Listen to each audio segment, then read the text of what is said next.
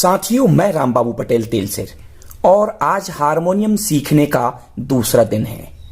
आज के वीडियो में हम संगीत का जो आधार हैं, ये 10 थाट, इनको समझने वाले हैं। क्योंकि इन 10 थाटों को अगर आपने समझ लिया तो आपको किसी भी गाने का रूट पता चल जाएगा, रास्ता पता चल जाएगा। और इन 10 थाटों को बहुत ही वैज्ञानिक तरीके से मैं आपको बताऊंगा, तो आप इन 10 थाटों को समझ लीजिए। जो 10 थाट हैं, पहला थाट जो बिलावल थाट है, दूसरा भैरवी, तीसरा कल्याण, भैरव, काफी, खमाज, आसावरी, मारवा, पूर्वी और तोड़ी। मैं 10 थाट आपको समझाऊं उसके पहले एक जरूरी बात, अगर आपने इसके पहले वाला वीडियो नहीं देखा है, यानी पहले दिन वाला वीडियो, आप जरूर देख लीजिए। आप उस वीडियो को देखने के बाद ही इस वीडियो को देखें तो आप बहुत अच्छी तरह से सारी जानकारी समझ जाएंगे। और पिछले वीडियो में मैंने जो आपको होमवर्क दिया था, जो प्रैक्टिस करने के लिए आपको जो दिया था, वो आपने जरूर कर लिया होगा। पुरुषों के लिए जो होमवर्क दिया गया था, वो होमवर्क ये था कि आप जो ये पहला काला सामने देख रहे हैं, जिसको हम सी शार्प भी कहते हैं, इसमें आपको अपना सा भरना था। सा किस तरीके से लगाना है? पूरा मुंह खोल के आपको आ बोलना है। तो ये आपने प्रैक्टिस कर ली होगी और लगातार आपको अपना सा भरते रहना है जब तक इस स्वर के साथ आपकी आवाज ना मिलने लगे।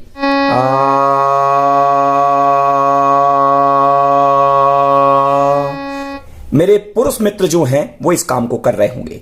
और मैंने कहा था कि जो 5वां काला है, यही 5वां काला, ये पीछे भी है। तो महिला मित्रों से मेरा यह कहना था कि आप ये 5वें काले को अपना सा बनाकर आपको भी पूरा मुंह खोलकर इस पर सा भरना था, आ कह के बोलना था, पूरा मुंह खोल के। आपकी 4 उंगलियां मुंह के अंदर चल जाए, यानी कुल मिला के पूरा मुंह खोल के आपको सा इस पर बोलना है। यह आपका होमवर्क था। सा आपके हारमोनियम में लगभग 3-5 काले दिखेंगे, क्योंकि वो 3 सप्तक का होता है। बीच वाले काले को चुन लें, या आपकी हारमोनियम बहुत ऊंचे स्वर की हो तो शुरुआत का जो 5वां काला हो उसको अपना सा बना लें। क्योंकि ये वाला 5वां काला यहां पर देखिए कीबोर्ड में थोड़ा ऊंचा होगा, तो आप इसको सुने ध्यान से। और केवल पुरुष मित्र इसमें सा भरें और महिला मित्र इसमें सा भरें। ये लगातार करते रहें जब तक कि आपका सा जो आप बोल रहे हैं और इस कुंजी की आवाज एकाकार ना हो जाए। ये काम लगातार करते रहिए। और दूसरा मैंने जो होमवर्क दिया था, वो होमवर्क ये था कि आपको अपना उंगली चालन बिगर बोले, क्योंकि सारे गामा पाधानी सा बनाने की टेक्निक में आपको बता चुका था, और उंगली रखने का भी नियम मैंने बता चुका था कि ये उंगली इस पर, ये उंगली इस पर, अंगूठा इस पर, ये इस पर, ये इस पर, ये इस पर, और अंगूठा यहां और पहली उंगली यहां। तो आपने इस तरीके से उनकी प्रैक्टिस कर ली होगी।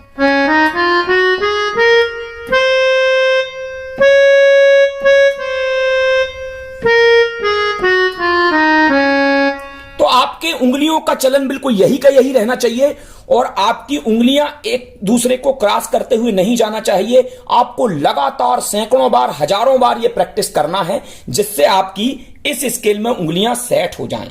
और जो मेरी महिला मित्र 5वें काले से प्रैक्टिस कर रही हैं, वो भी अपना उंगली चालन देख लें और वो भी लगातार उंगली चालन सारे गामा पाधा नीसा करते रहें। उसका नियम मैंने बता चुका हूं, लेकिन उंगली चलन आप ध्यान से देख लें। उंगली चलन यही का यही रहना चाहिए। ये पहली वाली उंगली आपको यहां रखना है 5वें काले पर। आप यहां से भी कर सकते हैं। 5वां काला ये, वो भी 5वां ही काला है। ये आपका सा बन गया। आपको सुनना है, आप अभी बिल्कुल मत बोलिए। पहली उंगली इस पर रखना है, अंगूठा इस पर रखना है, और ये पहली वाली उंगली फिर से इस पर रखना है, दूसरी उंगली इस पर और तीसरी उंगली इस पर। सा रे गा मा पा धा पर अंगूठा, नी सा का चलन वही का वही रहना चाहिए जो आपने जाते समय चयन किया था।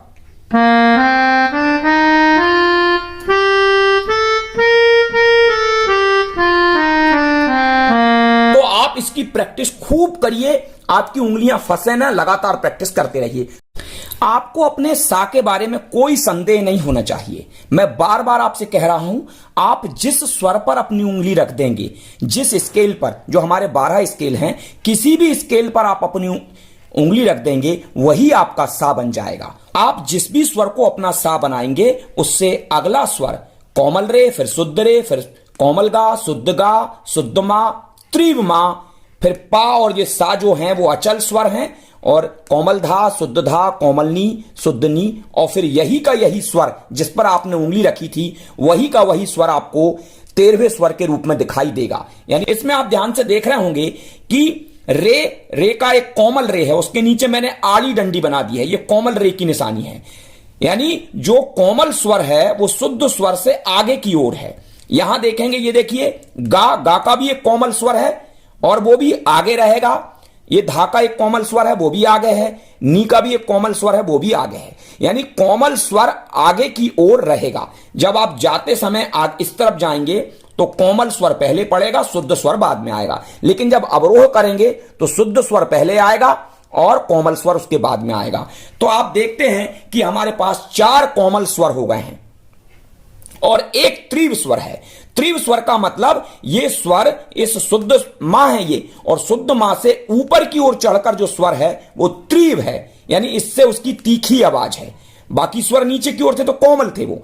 तो आप देखते हैं कि हमारे पास 7 स्वर जो हैं वो शुद्ध हैं, सारे गामा पाधा नी, और 4 स्वर जो हैं वो कोमल हैं, रे गा धा नी, और उसके नीचे मैंने डंडी लगा दी है, आड़ी डंडी। इसका मतलब ये कोमल स्वर की निशानी है। और एक स्वर हमारा त्रिव है, ये देखिए मां स्वर त्रिव है, उसके ऊपर में से खड़ी डंडी लगा दी है।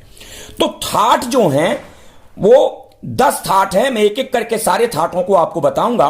सप्तक के जो 12 स्वर हैं, ये सप्तक के जो 12 स्वर हैं उसमें से क्रमानुसार हमको 7 स्वर लेना है। क्रमानुसार का मतलब यह है कि हमने सा तो हम लेंगे ही लेंगे, क्योंकि हमारा मां स्वर है, इसी से सारे स्वर जन्म लेते हैं।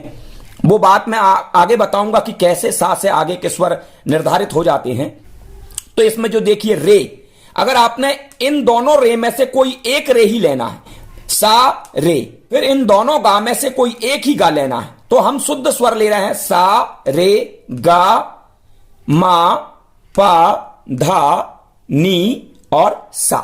तो ये शुद्ध स्वर ले लिए तो ये बिलावल थाट बन गया। आप एक ही स्वर के दोनों रूप एक साथ नहीं ले सकते हैं। यही इस बात का मतलब है कि क्रमानुसार 7 स्वर का समूह थाट कहलाता है। मैं 3 नंबर के काले से बिलावल थाट को बता रहा हूं। ये पहला काला है, ये दूसरा, ये तीसरा काला।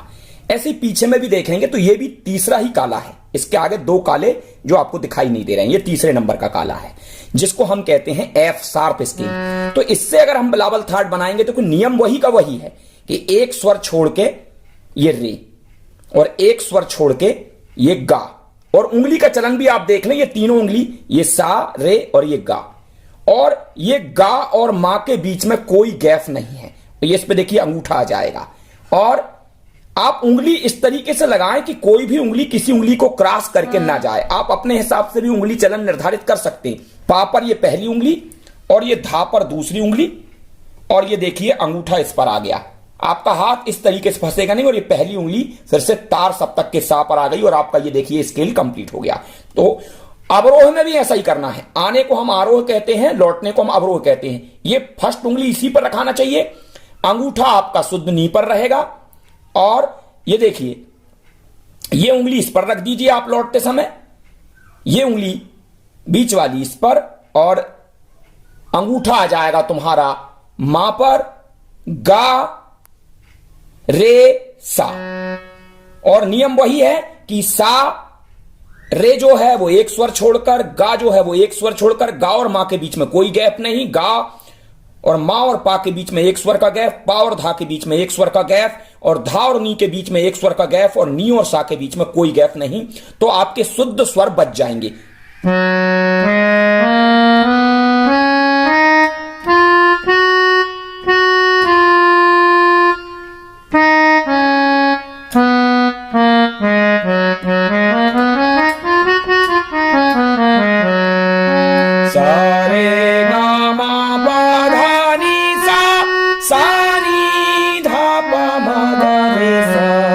आप चौथे नंबर के काले से भी आपका सारेगामा बना सकते हैं। सारेगामा यानी बिलावल थाट, जिसमें सभी स्वर शुद्ध होते हैं। यही चौथा काला देख रहे होंगे आप, यहां है, ये देखिए चौथा काला। और यहां से अगर आप बनाएंगे तो उंगली चालन आप देख लीजिए, ये 2 उंगली इस पर आएंगी, ये सा रे गा पर यहां अंगूठा आ जाएगा, और ये मा पा धा नी, ये देखिए, और ये सा, सा नी धा पा मा गा रे सा।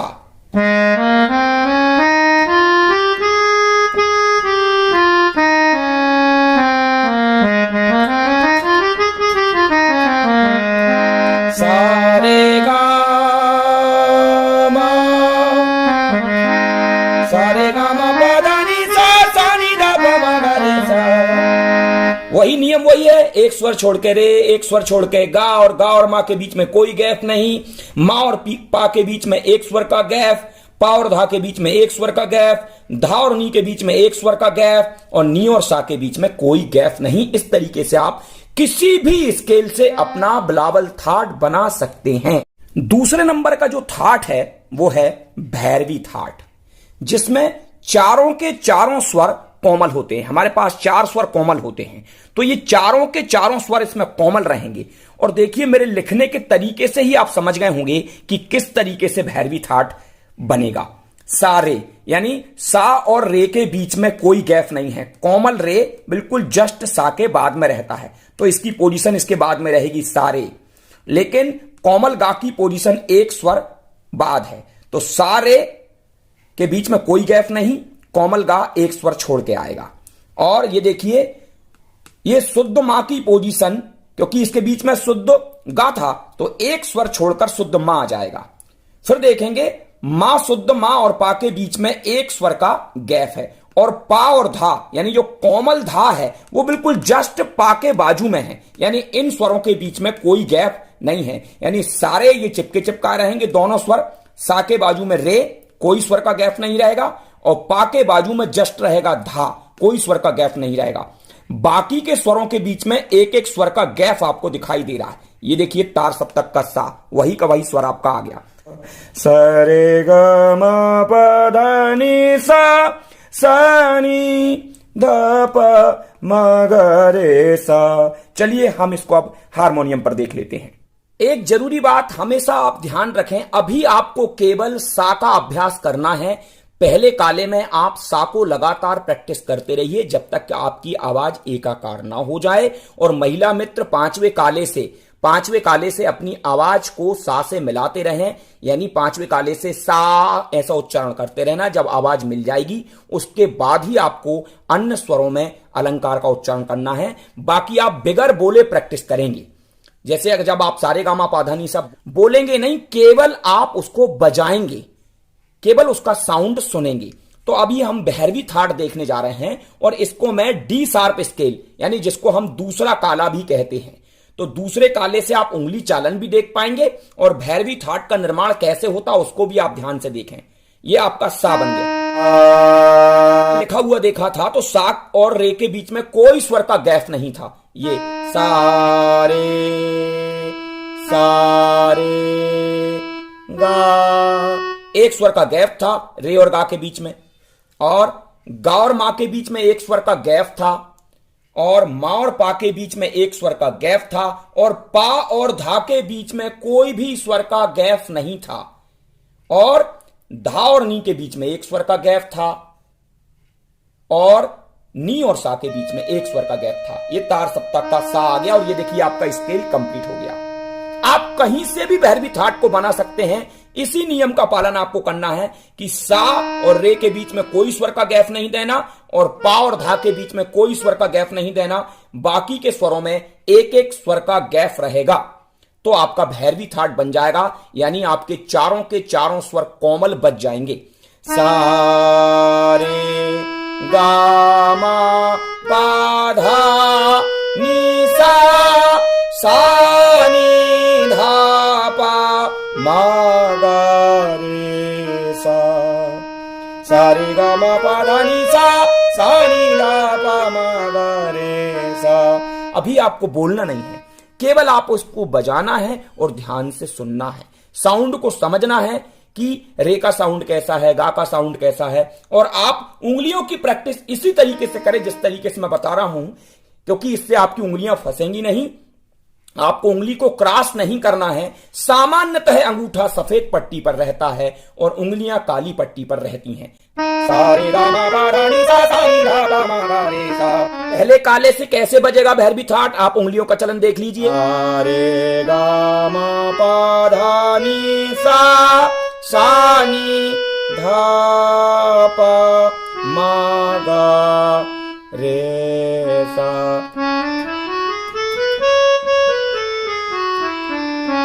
तो आप इस तरीके से पहले काले से भी भैरवी ठाट को बजा सकते हैं। नियम वही का वही है, सा और रे के बीच में कोई गैप नहीं, पा और धा के बीच में कोई गैप नहीं, बाकी के स्वरों में एक एक स्वर का गैप। आप सभी स्केलों में भैरवी ठाट को बजाइए और लगातार प्रैक्टिस करते रहिए। आपको उंगलियों का चालन करना है। आप चाहें तो केवल एक दो स्केल में ही प्रैक्टिस करें, क्योंकि अभी आप भ्रमित हो जाएंगे। आप चाहें तो पहले काले और दूसरे काले में ही करें, ज्यादा ना करें, और भैरवी ठाट को समझें कि भैरवी ठाट किस तरीके से बजता है, उसका साउंड सुने।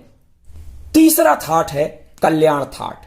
कल्याण ठाट में जो मां स्वर जो है वो तीव्र रहेगा, यानी चढ़ा हुआ मां रहेगा, और बाकी के सभी स्वर शुद्ध रहेंगे। आप इन ठाटों को खूब बजाएं और इनका साउंड समझें, क्योंकि इन ठाटों से ही संगीत जन्म लेगा। ये संगीत का कहना चाहिए बेस हैं, ये जड़ हैं। तो कल्याण ठाट किस तरीके से बनेगा देखिए। आपको एक एक स्वर का यहां गैप दिखाई दे रहा है। मां और पा के बीच में कोई स्वर का गैप दिखाई नहीं दे रहा। पा और धा के बीच में एक स्वर का गैप, धा और नी के बीच में एक स्वर का गैप, और नी और सा के बीच में कोई स्वर का गैप नहीं है। सा रे गा मा ऐसा चढ़ा हुआ है। सा रे गा मा पा धा नी सा नी धा पा मा गा रे सा। आप इसको हारमोनियम पर देख लीजिए और सभी स्केल से आप ठाटों को बजाइए। सभी से ना हो तो कम से कम कालों से बजा लीजिए, या एक दो कालों से तो जरूर बजाइए, या ठाट को बनाकर देखिए कि आपको सभी स्केल से ठाट का निर्माण आप कर पा रहे हैं कि नहीं। और यही प्रैक्टिस आपको करना, बोलना नहीं है, केवल साउंड सुनना है। अभी तो आपको केवल सा भरना है, आप सा का रियाज करना है। पहले काले से कल्याण ठाट को बना रहे हैं। यमन राग इसी कल्याण ठाट के अंतर्गत आता है, क्योंकि चढ़ा हुआ मां जो है वो थोड़ा सा बेचैन स्वर है, और शाम के समय जो राग गाए बजाए जाते हैं वो सामान्यतः त्रिव मां वाले होते हैं, जैसे यमन है। सारे एक स्वर का गैप है, सारे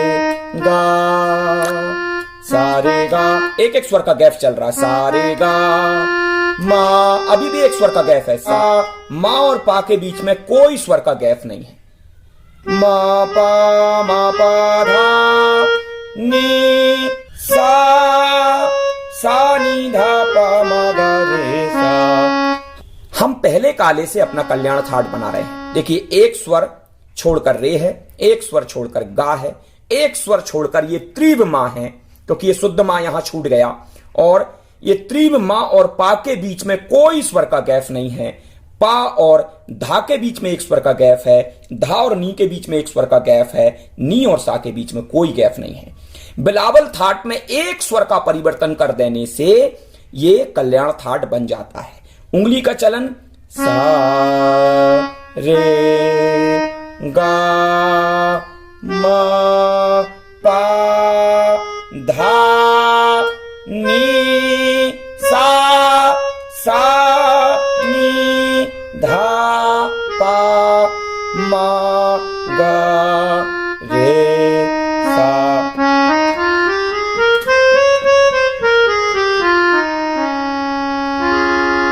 तो आप इन ठाटों का रियाज कीजिए। चूंकि वीडियो बहुत बड़ा हो गया है, इसलिए मैं भी केवल 3 ठाटों के बारे में आपको बता रहा हूं। बाकी के 7 ठाट आपको अगले वीडियो में बताए जाएंगे। आपको जो भी समस्या आती है आप कमेंट के माध्यम से मुझसे पूछ सकते हैं। साथियों, फिर मिलेंगे किसी अगले वीडियो में।